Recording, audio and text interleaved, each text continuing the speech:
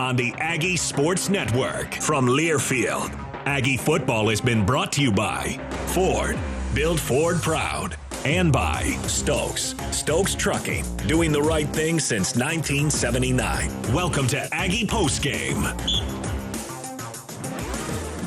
Light the A blue, the Aggies win 41-24 over Nevada. With the win, the Aggies move to 5-5 on the season and 3-3 in conference play.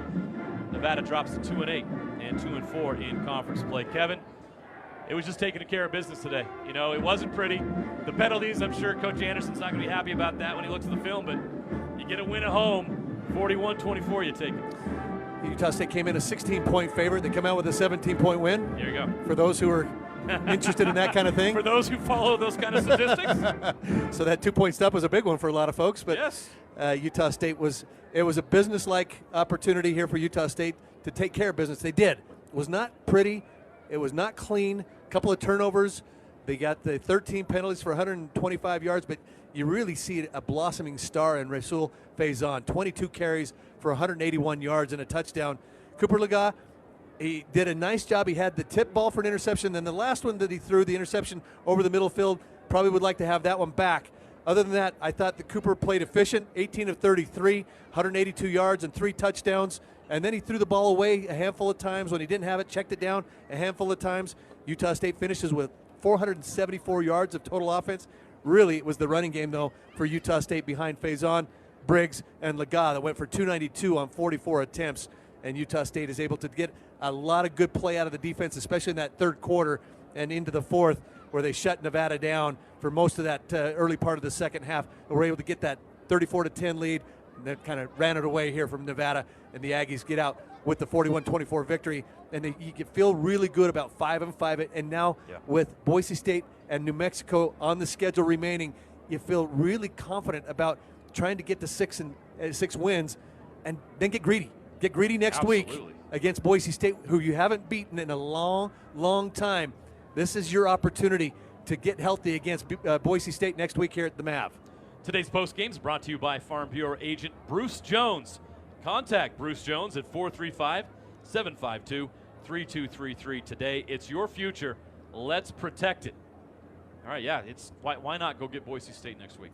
And with the confidence you gain from this, you mentioned it's been a while. Boise State is, look, they're not the top of the league anymore. They're gettable. They're very gettable. That's a game here at home.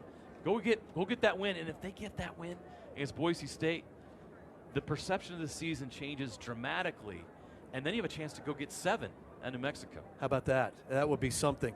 So you love the fight. You love the resiliency. You're 3-5 going into San Diego last week. You get that big win. You get another one. Now stack the successes on top of successes and get greedy against Boise State. And I thought that Utah State did a really good job. Remember in the first half, the Aggies went 75 yards in their opening possession for a touchdown. That was a 4th down play. The little pop pass to Brock Lane that got the Aggies started. And then Micah Davis got the punt return for a touchdown, and you thought, oh, they're out. Then you saw the hanky. One of 13 penalties for Utah State that brought that 68-yard touchdown punt return for a touchdown back. Utah State had a handful of penalties that brought big plays back, that stopped drives. That'll be a coaching opportunity for Utah State. Blake and his staff will coach that up, and you got to be a lot cleaner if you're going to come out of here with a win against Boise State next week, who's going to come in likely playing New Mexico tonight. Both teams likely are going to be 5-5. That is going to be a massive battle to try to get to bowl eligibility next week against Boise State here at home. Interesting. The defense I thought was really good tonight, though. Let's give the defense some love. They've had their ups and downs this season, but there were a lot of moments in this game where if they don't do their job, this isn't 41-24. We're probably still calling a game right now. So that defense came up with some really big plays. They did. MJ Tafisi, again, a double-digit tackle night with 12 of them. But I thought it was Anthony Switzer throughout the course of this ball game. He had a sack. He had the forced pressure that forced the interception that Seni Tugaki rumbled 63 yards into the end zone in that second quarter. He was big over the middle. He was a confidence-building factor out there for his team. I thought Anthony Switzer was really good here tonight, as was Devin Dye, 9 tackles. We didn't call Ike Larson's name a lot tonight. He had 5 tackles and a pass breakup and 1 TFL. But Utah State did certainly enough, especially in that third quarter and second quarter into the third quarter, where they kind of shut this Nevada team down offensively, and Utah State was able to run away. Yeah, Rahsul Faison is a great story. You know, you see JUCO kids, and for a kid from Snow College, I know you're proud of that. To see a kid like that have a chance to get 181, 22 attempts, and of course Micah Davis. 6 catches, 87 yards. He almost had a bigger game, as you mentioned, if it weren't for those flags. But Micah, big game tonight, 6 catches, 87 yards, and a touchdown. I'm told Micah Davis is standing by right now. We've got Micah Davis ready to go. Micah, can you hear us? Yes, sir. Micah, congratulations. This is Jeremiah Jensen, Kevin White up in the booth. Yes, sir. Big win for you guys. You're one step away from bowl eligibility, and you know for the offense to put up 41 points, you got to be pleased. Yeah, it was definitely a good effort put all together by the team. We practiced all week and went well, and just went out there and executed.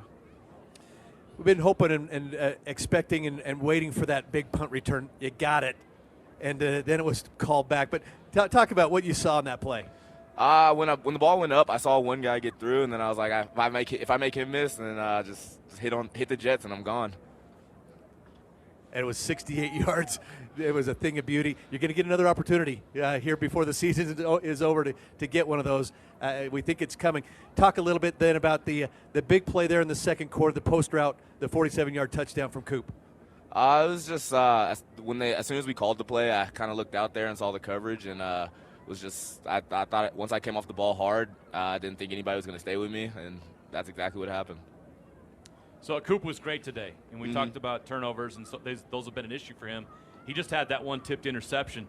Can you share a little bit about what your guys' thoughts are on Coop and the way he's battled through some adversity this year, and now he's your guy moving forward at the quarterback position, and he played well today? He's definitely a great leader, showed a lot of hard work and dedication. He comes out at practice every day with great energy, and we all kind of just feed off of him, and it showed today as he balled out. When they bottle up one of you three, you and Terrell and Jalen, as they did tonight, Jalen only 3 catches for 27. That means others have to step up. And a lot of what you're working on, you got the one-on-one matchups, a lot of those little comeback sideline routes, the dig routes, the post ball. Talk about your evolution in this offense. Definitely it's big. Every day I'm learning still just to go out there and feed off of every other guy out there, Jalen and Terrell. I'm just happy to make plays, and whenever the ball comes my way, I'm ready to make them. You know, I think the secret's out on how good your receiving core is, and I felt like Nevada today tried to take you guys out of it. Wasn't successful with you personally, but overall they tried to do that, but it left open the run game, and you had some guys step up. Robert Briggs with 69 yards, but how about Faison? Rahsul Faison, 22 carries, 181 yards, and a touchdown. How much did that help your guys' offense to get a boost like that from Faison? Oh, it's big. Once we pound the ball, it opens up a lot of opportunities on the outside, and with him being able to get going, it kind of helped all the receivers, and we fed off of it. So, Micah, how big is it for this program and for you guys individually and as a group to try to get to bowl eligibility? Is that something that is really, really talked about and important that you guys discuss? Yeah, we discuss it every single day. It's definitely our mindset right now. With the way the season's been going, we're kind of just we're ready. We're excited to keep going. We're ready for that extra opportunity, and we're really striving for it. We got to ask you about next week. I know you're going to celebrate this win and enjoy it, but just a quick thought on a chance to take on Boise State here on this field. What does that game mean to you? Oh, it means a lot. Last time I played against Boise, I was in a different jersey, but still want to go out there and beat them. They're a good team, but I feel like we have the matchups to go out there and beat them. So. 6 catches, 87 yards, and a touchdown. Micah Davis, congratulations on the win. Congratulations on a great game, and good luck this week as you get ready for Boise State. Thanks for joining us. Thank you. Big game for Micah, and he's going to get one before the season's over in that punt return game. He's just too electric and so good. And hey, Aggie fans, today's game was brought to you by Smith's. Visit smithsfoodanddrug.com to pre-order your meals online and for grocery pickup. Smith's, for fresh for everyone, proud partner of Utah State Athletics. All right, we're going to go keep on going here. We got another guest ready to go. He had the interception. Yep. Just a huge play for the Aggies. Big play in this game. And Seni Tuiaki out of East High School. What a play, Seni. Congratulations on the win. Thanks for joining us on the show. We have to start by asking you about that pick six. Have you ever had a pick six before in your football career? Oh man, no, not even a touchdown or even type of play, but no, it was a shoot happened so fast. It due to everyone doing their job. Kind of read a screen, so as I was going out to read the screen, and that's when Swiss and guys like Blang was all there, Spires was all there around the quarterback, hit the QB, and then the QB had a bad throw, and it apparently landed in my hands and ran like I was running to McDonald's. What'd you order at McDonald's? Oh, you want to know my order? I want to know your order. I got 4 triple cheeseburger, double quarter pounder. I used to work there actually, and so shout out to McDonald's. An employee discount? Oh, always. They see me, they go, hey, Turbo. I also go by Turbo, so. He does. He goes by Turbo. Zone. Yes, love sir. it. So were you like seeing the golden arches there at the end zone to try to get there? Yeah, Golden Archers. I seen the 20-piece with sweet and sour, so I had to it's run. Not fair. You're making us hungry. We still got to finish this post-game show, man. Hey, Senny, so it was Switz that brought the pressure on that play, and Yes, he got sir. to the body and the arm of the quarterback, and you were right there. I thought you guys defensively, especially in the second and third quarters, you guys just shut them down. What were some of the adjustments that you were making along the way? It was really just raising the bar of our urgency, getting to our alignments, just using the techniques, falling back on our techniques, and doing what we did in practice this past week, and just applying it, and just raising that bar of executing our plays and assignment, and just communicating as a whole defense, and just sticking to our jobs and doing what we have to do. Yeah, that defense, you guys you've had your ups and downs this year, but it feels like it's coming together at the right time. You held them under 200 yards rushing as a team. They didn't have a 100-yard rusher in this game. How pleased are you with the performance you guys had today as you build momentum and get ready for Boise State coming up next week? Oh, definitely gonna have to fall back to the film. Gonna have to look at all the mistakes that was made and just have to fix them and correct them to prepare well for the big game coming up next week. And so the defense really did a good job. Just got to come again, raise the bar, and just attack this week to get better. Hey, Turbo, I love that nickname, by the way. I got to ask you, coming out of Salt Lake City, and a couple of weeks ago, you posted a video about mental health. Can you talk a little bit about your journey in that area and how important that is to you?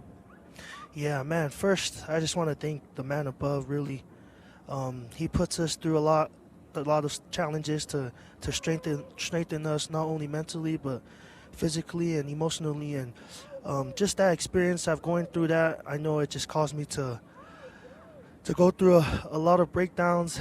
But just falling back on those kind of pushed me today, and those downfalls that I had in the past, and just my injury last year, kind of just gave me the mindset of just bringing it more every day, knowing that, can't take this for granted. And it's definitely been a long journey, and I couldn't have done it with the man above and him helping me and strengthening me, my mental, and getting me into a good right state of mind, and just being able to be there not only for myself but for my teammates as well. You faced a lot of challenges, but today to have a moment like that where you score a touchdown in front of your friends and family, your fellow students on this turf, that's got to mean a lot to you. Yeah, bless you. I'm just considering everything you've been through. Yeah, and man, my mom, my parents, they're happy, and that's what I want for them. See my parents happy, and it's the people who believed in me, and that's the type of mentality that I go into the game, is just do it for those who can't play or who are even not on this earth. And so I just try to stay motivated, keep going. Hey, 2 quick questions for you. First of all, that was a 63-yard return for a touchdown. I'm curious, give us your best 4.4 time, or your 40 time. Ooh.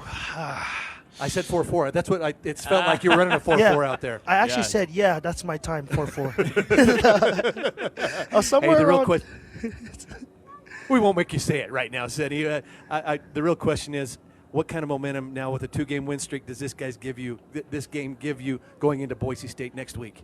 Just the energy now, it's good. We needed to raise more.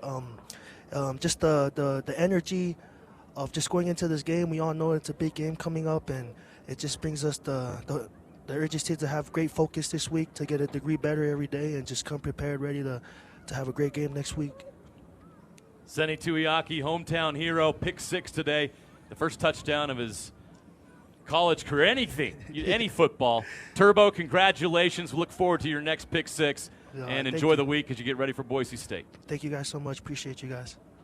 Seni Tuiaki out of East High School. That's awesome. That's a great story. And running to the arches, running to the golden arches. He had the how many cheeseburgers? 4? Oh, he had like 3 triple cheeseburgers. I mean, he got through his order, and I couldn't pay attention anymore. I started looking.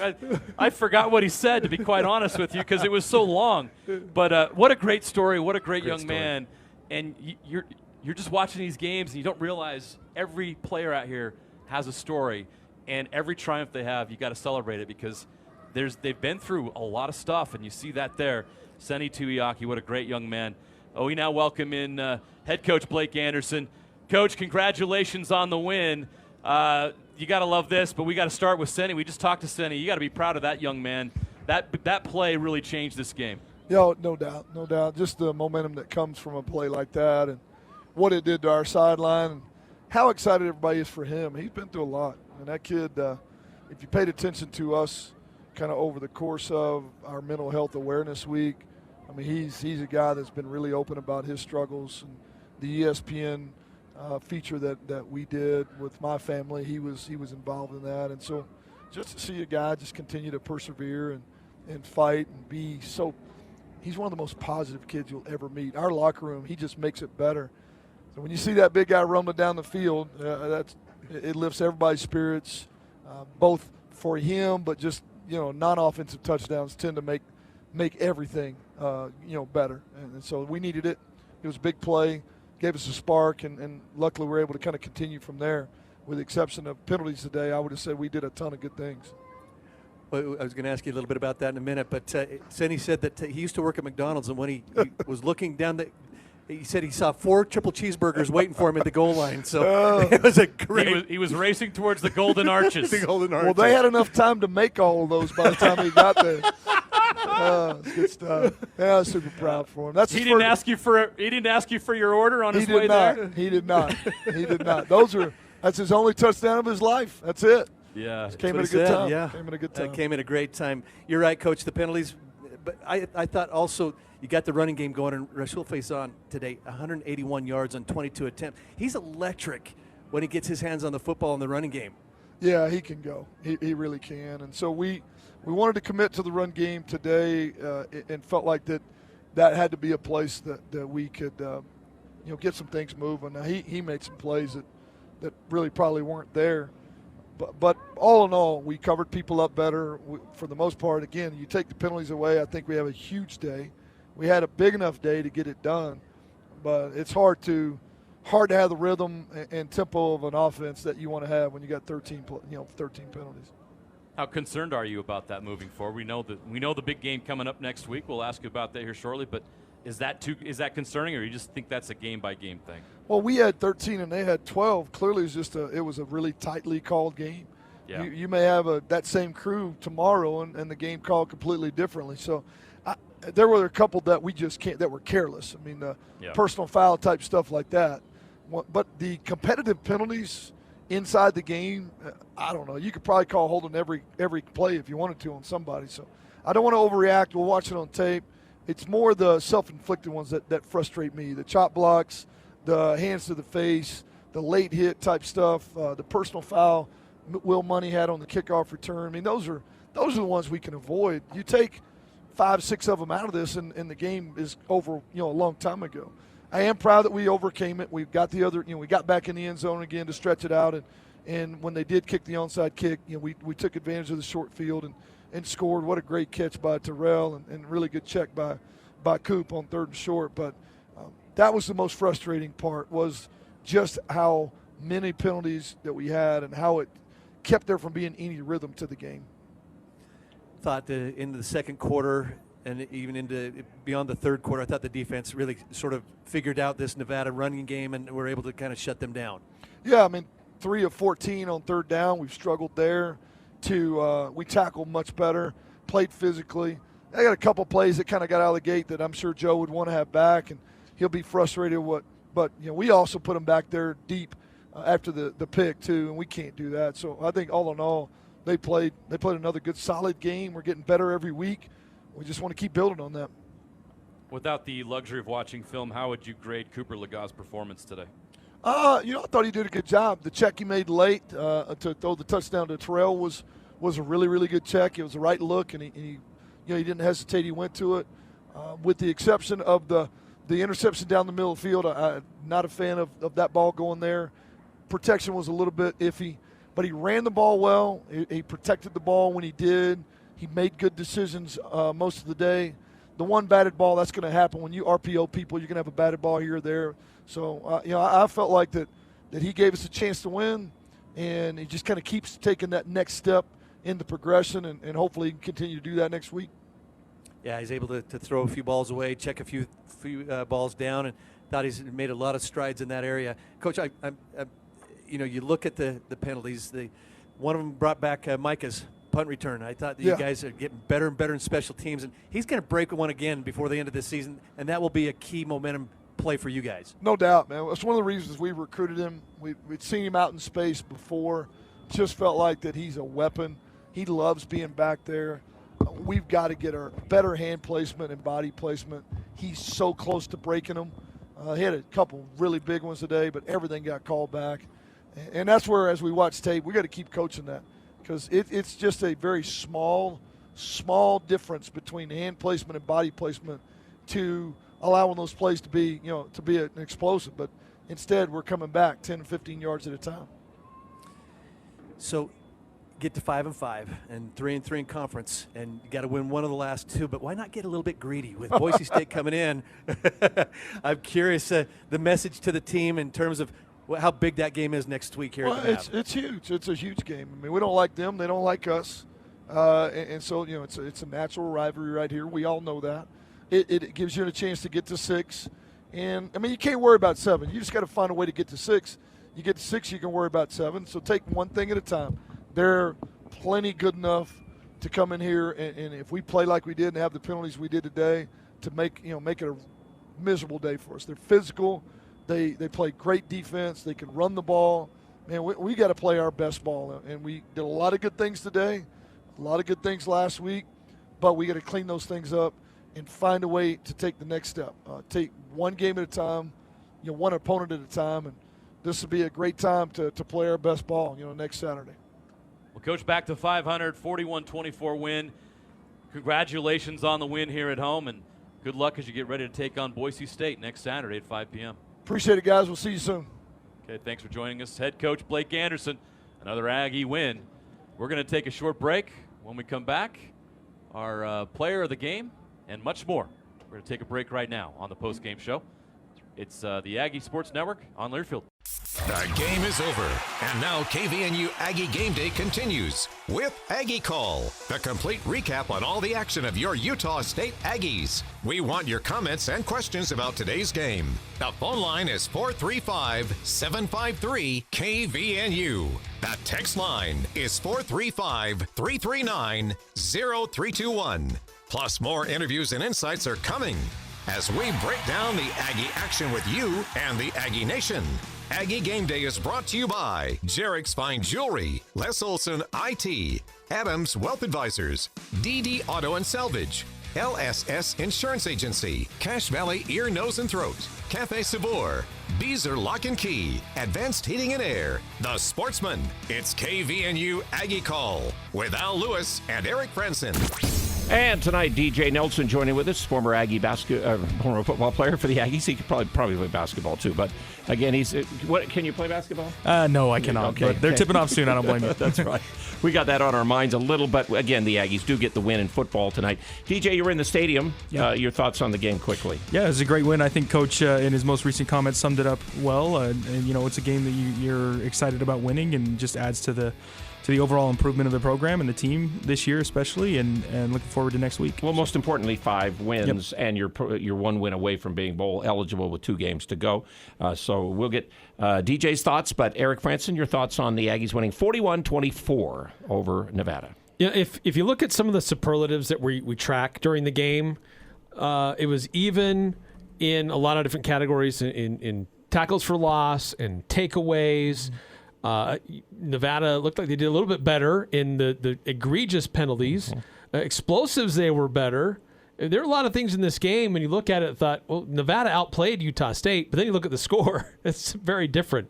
So the Aggies got the win, but it wasn't pretty, especially the second half. It was ugly. Well, it was good in the second half until they finally got that 38-yard pass play, and then it just kind of seemed to open the door a little bit. They got 151 yards on 5 plays in this game. Nevada did, and we just gave up too many big plays. Yeah, they opened the door for too many different times to let Nevada back into this one. So not really put it away. You get the win, but there's still a lot of things to work on. Okay, we need to pause for station identification. Covering Aggie football like no one else does. News Talk KVNU Logan, 102 FM and 610 AM. The home for USU Aggie fans. But the Aggies do win this one by 41-24. Obviously, Micah Davis could have had a heck of a game. They just talked to him if that punt return stands.